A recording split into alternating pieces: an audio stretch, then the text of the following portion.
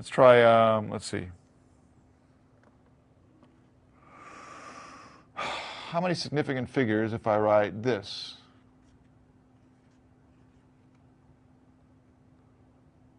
Well, 4.83. I'll write sig figs up here for significant figures. 4.83, it has 3 significant figures. 6.02, that's 3. 6.000. If I'm going to write these zeros, I measured them. That's 4 significant figures. 6, that's just 1. Let's try this. 0.0000412. This only has 3 significant figures. These are just placements. They just tell you what order it's in.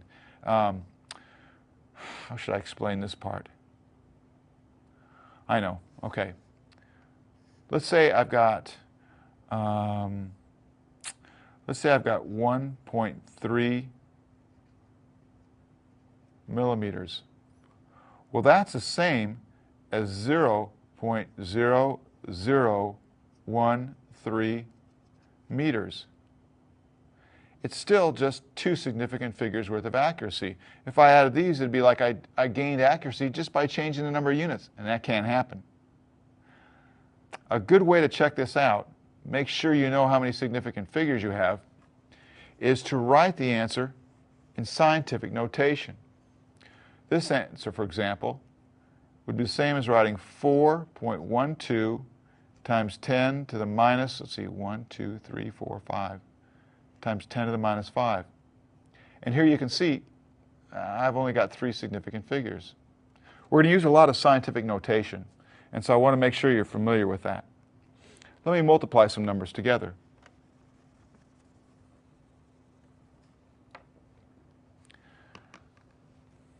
Hi, everybody. Let's see. 0.008 times 4.135 times 6.28 divided by 13. How many significant figures can I have off of this? Well, 13, that's 2 significant figures. 6.28, that's 3. 4.135, that's 4 significant figures. 0.008, that's only 1. That's limiting. That's the one that limits it. Now I only have a right to 1 significant figure in my answer. While we're on the subject, let's talk about how much easier it is to combine units, or to combine numbers, how much easier it can be to combine numbers using scientific notation. So let me do an example of that.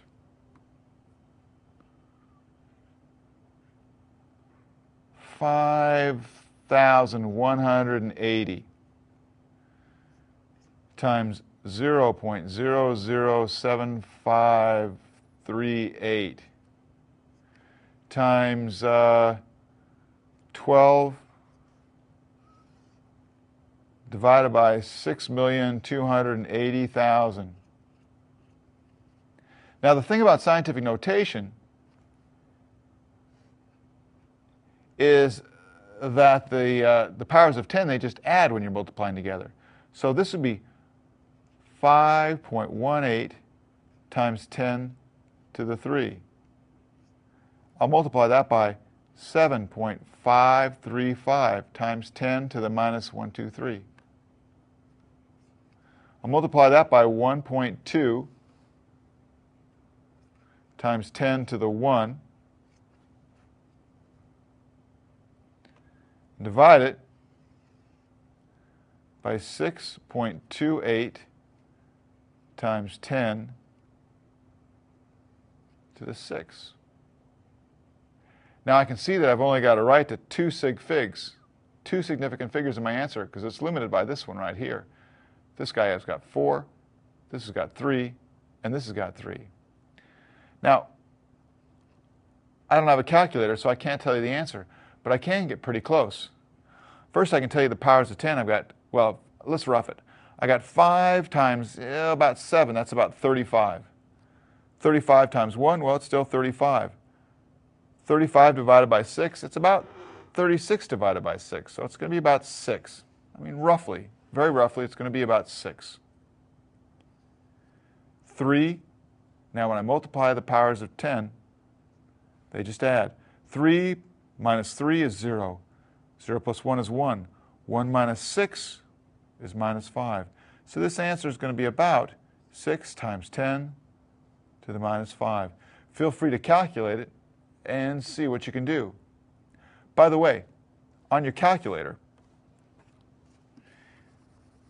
this is how you put them in. It depends on the calculator. But let's say I've got 6.3 times 10 to the 5. Some calculators have what's called an EXP button. And so you would write 6.3. You won't write times, you won't write 10. You write EXP 5. Some calculators have just an E, like I think the TI's, Texas Instrument, 6.3 E5. And some calculators have an EE, so it would be 6.3 E5. Don't write times, don't write 10, because it'll mess you up. Try one of these. Now, I think we've covered just about everything as far as units and conversions. Let's see, we've got length, meters, centimeters, feet, inches, miles. We got area, feet squared, meters squared, centimeters squared, acres, volume, centimeters cubed, liters, cubic meters, mass, which is kilograms, grams, and slugs. Now, we're going to be talking about force, and force is mass times acceleration.